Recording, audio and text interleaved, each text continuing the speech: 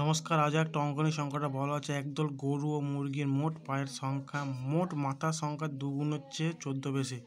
গরুর সংখ্যা উত্তর হবে 7।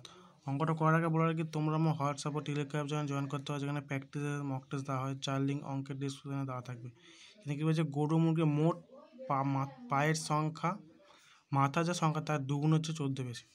আমরা ধরে নিয়েছি গরুর সংখ্যা এক্স ও মুরগির সংখ্যা ওয়াই। কেন কী বলেছে, শর্তানুযায়ী বলতে পারি মোট পায়ের সংখ্যা, তাহলে গরু 4টে গরু 4টে পা 4x, আর দুটো মুরগি 2টো পা 2y সমান কী হচ্ছে, দুগুণ হচ্ছে 2 গুণ দুটোই গরু মাথার সংখ্যা plus x plus y plus 14। এটাকে সমাধান করলেই, এটা সমাধান করি 2x 2y, এক্সগুলো এক পায়ে নিয়ে এসেছি 4x, এটা প্লাসে মাইনাস 2y প্লাস 2y হলো, আর এটা মাইনাস 2y সমান পায়ের সংখ্যা, তাহলে কি 2 2 0, তার এই যে বিয়োগ করে 2x সমান 14, এক্স সমান 14/2, এক্স সমান 7। তার মাথার সংখ্যা গরুর মাথার সংখ্যা কত বের হলো 7।